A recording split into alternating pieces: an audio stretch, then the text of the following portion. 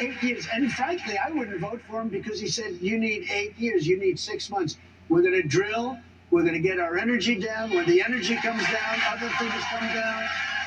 And we're going to take care of things. We're going to immediately close up the border. We had the greatest border. We had the safest border in the history of our country. Now we have the worst border in the history of the world. There's no, and I say this during rallies. We love our rallies, but I say it during.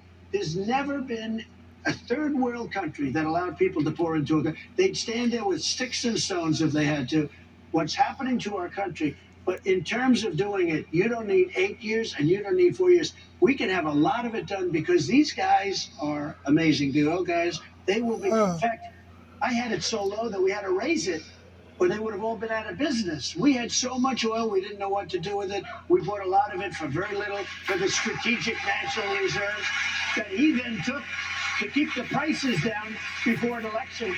You know, we had the Strategic National Reserves almost full. And then Biden came along and took it to keep prices down. It's called artificially down. And the thing is almost empty now. And that's meant for times of war. It's not meant to keep a price down for an automobile. It's meant for war, for real problems. And we had it 75, think of it, 75 million barrels. And I bought it for peanuts. And Congress, I had to fight Congress, and the pricing was so crazy and so good. And we needed a place because we had so much.